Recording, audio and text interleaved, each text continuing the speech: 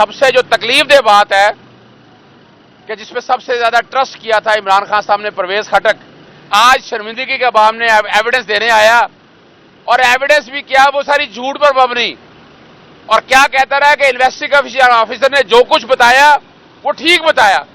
بھئی آپ کی اپنی ورتھ ہے کوئی؟ اور آپ کی وجہ سے آج بہت سے لوگوں کی ملاقات نہیں ہو سکی۔ پرویز خٹک کو ڈر اور خوف تھا اس بات سے، اور یہ باقاعدہ انہوں نے بتایا ہے کہ پرویز خٹک کی وجہ سے آج ملاقات نہیں ہو سکی۔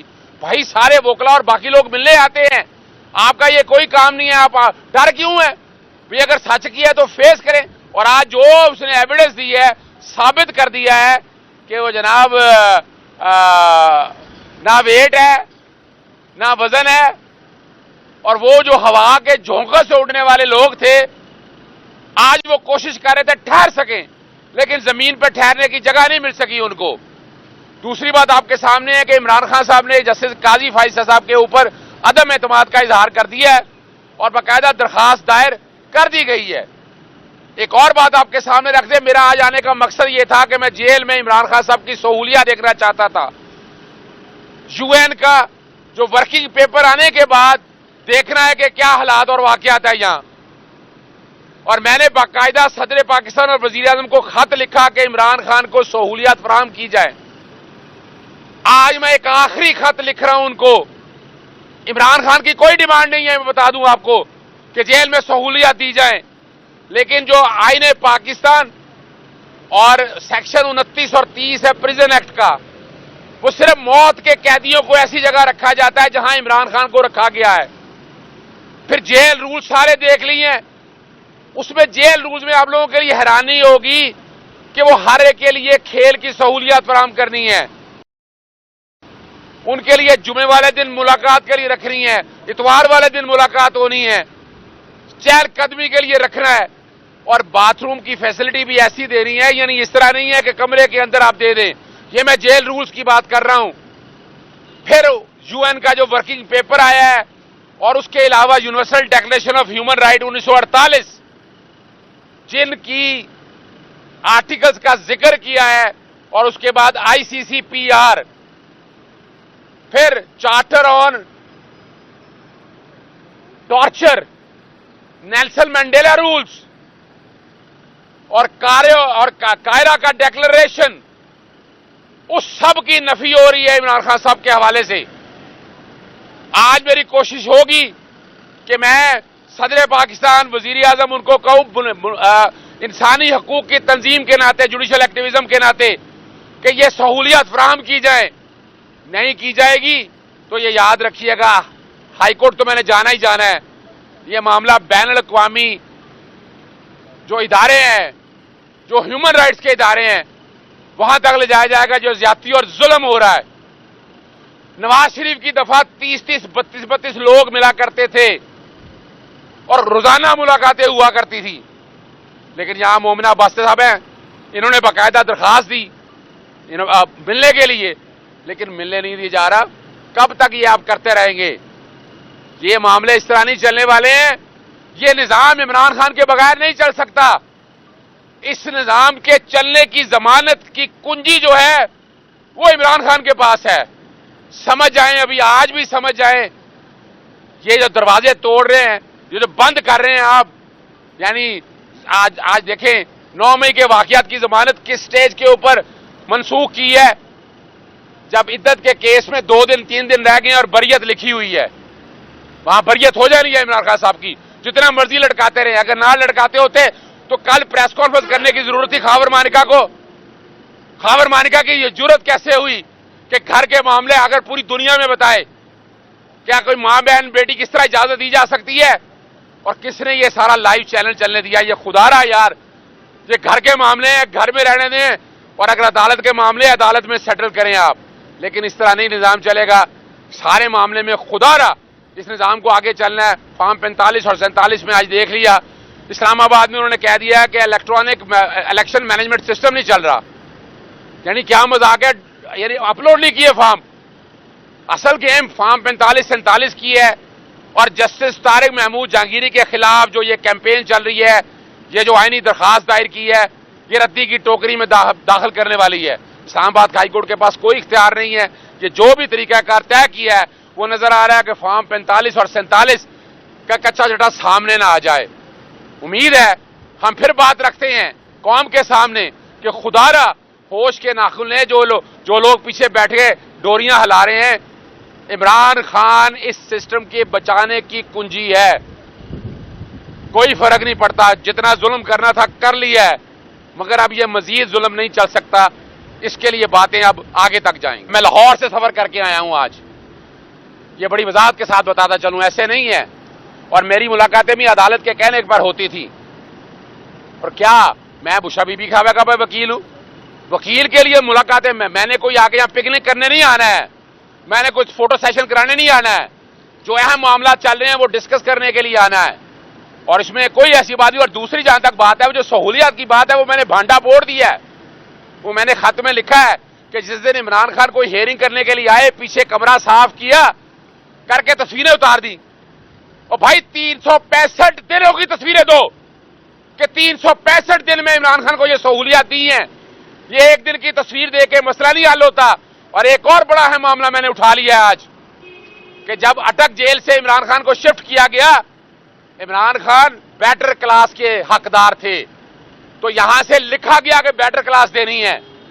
وہ بیٹر کلاس کہاں دی گئی؟ وہاں رولز کی وائلیشن کی گئی ہے. اور اگر ہے تو لائے نا قوم کے سامنے. جو ایک دن کی تصویر سامنے لگا کر آپ بتا رہے ہیں کہ سہولیات ساری دے دی گئی ہیں. ہم جاننا چاہتے ہیں، مفاد عام اور انسانی حقوق کی تنظیمیں جاننا چاہتی ہیں کہ کیا آپ سہولیات دے رہے ہیں. اور ہم آئین اور قانون کے مطابق کہہ رہے ہیں اور امید ہے آئین اور قانون کے مطابق یہ سہولیات ملے گی.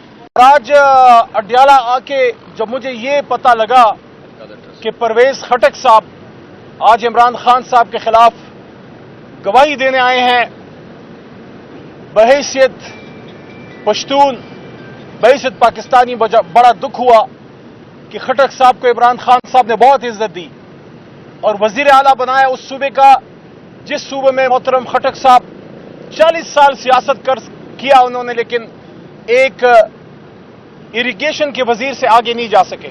عمران خان صاحب نے آپ کو وزیر اعلیٰ بنایا، آپ کو اسلامی جمہوریہ پاکستان ایک نیوکلیئر اسٹیٹ کا وزیر دفاع بنایا. اور جب وقت آیا امت کے لیڈر کے ساتھ کھڑے رہنے کا، سیاست دیکھیں حکومتیں آتی جاتی رہتی ہیں، آپ کی تو عادت ہے پارٹیاں بھی بدلتے رہتے ہیں، پارٹیاں بھی آتی جاتی رہتی ہیں، لیکن صدیوں میں کبھی موقع ملتا ہے امت کے لیڈر کے ساتھ سٹینڈ لینے کا. افسوس ہوا کہ جب وقت تھا وفا کا، جب وقت تھا غیرت دکھانے کا، خٹک صاحب آپ نے مایوس کیا. میں پھر بھی آپ کا احترام کروں گا، لیکن جس طریقے سے آپ عمران خان صاحب سے پیچھے ہٹے ہیں، آپ کو جواب نوشیرہ آپ کی اپنی عوام نے دے دیا ہے، تو میں اس پہ آپ کو کیا کہوں کہ ایک کل کے نوجوان عمران خان صاحب کے سپاہی شاہد کو جتایا. میسج آپ کو یہ ہے کہ خٹک صاحب ہم آپ کے ساتھ تک تھے جب تک آپ عمران خان صاحب کے ساتھ تھے.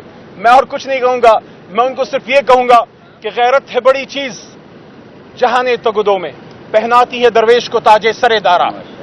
باقی کل سپریم کورٹ میں ریزرو سیٹ کا جو کیس ہے وہ سنا گیا، خواتین کا، مائنورٹیز کا. پوری قوم اس کی طرف نظریں کیے ہوئے ہے. عمران خان صاحب کو بھی امید ہے، آج ملاقات بھی ہوئی ان کے ساتھ، اور اس میں ریزرو سیٹس اور ان چیزوں کے حوالے سے انہوں نے گفتگو کی. ہم سب کو امید ہے کہ سپریم کورٹ سے ہمیں انصاف ملے گا. عمران خان صاحب نے بارہا یہ بات کی ہے کہ جمہوریت میں ایسے کبھی نہیں ہوتا کہ آپ ایک جماعت کا حق کسی اور کو آپ دے دیں.